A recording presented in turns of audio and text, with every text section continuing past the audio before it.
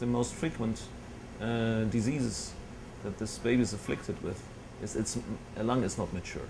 It cannot breathe properly because some of the key factors that are in the lung, called surfactants, are not produced at all, not produced at a sufficient level. So in this case, what you can try to do is to augment the lung, to repair the lung, either in one of two ways.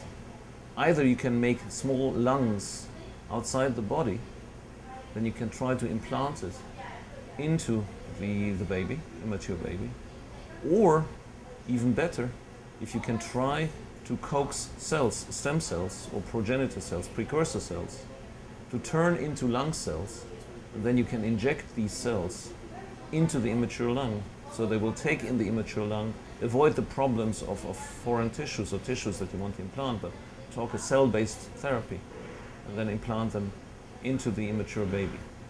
Now this is one strategy for pediatric lung therapy, but it could also be applied the same way for other lung diseases, such as hypertension, high pressure, obstructive lung diseases, etc. So the stem cells that you saw, these are cells that can become everything, every piece in the body, every cell, every tissue in the body. So what we are trying to figure out is how can we coax these cells to become specific cells of the lung that replace these missing surfactants. So they have to express these or produce these surfactants. So the way that we did this, and this is what these two posters here show, is that we did what nature really does. So we followed the path of natural differentiation, which means the cells have to become from non-specified, from non-specialized cells as they are as stem cells, to turn into a specific cell lineage. And there is a prescribed cell lineage to become lung cells. A very special, and this is what we did here, and this is what you see here. We developed a novel technology of doing this very efficiently, and then you can see here that all the cells do start expressing those specific markers. And specifically, what we can show is that at one point, when we play with these characteristics, they express those surface surfactants that we were looking at. This is induced in here. So this is a major achievement here. And then the other major achievement is that we are doing right now, and you saw some of the people in the lab that do this, Anand and Anat specifically. If you think about an embryo doesn't get the oxygen levels that we have outside. They are under a hypoxic condition. So we took our cells and cultured them under hypoxic conditions. And so this is the same thing as you see up here. You have the expression of these markers that these cells have turned into lung cells. But instead of taking, I don't know, before we came, people needed about 30 days for this. When we started this, we could do this in 12 days. And now with these hypoxia conditions, or some of the conditions that Anand is working with, which is having an environment which is very similar to that of the lung, we can do this in 3 or 4 days. So what is the big story here? So we developed some new culture techniques. We used some developmental approaches. And then we started thinking about how nature really does it. We decreased the oxygen levels. We changed the stiffness of the matrix as it is to make it much more lung-like.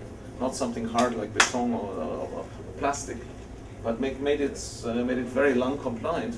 And all of a sudden we get this differentiation process highly effectively and very fast. And this is what we want to do. Now we have these cells, and here comes the next poster. There are two ways of doing this, and part of it I'm going to show you afterwards on the microscope to see better pictures of what you saw there. This little thing that I showed you. This can be done really with a confocal microscope, much more impressive. So you can, on one side, you can make little lung constructs. You can make these little lung constructs and try to implant them into immature lungs in the premature infants. You could do that.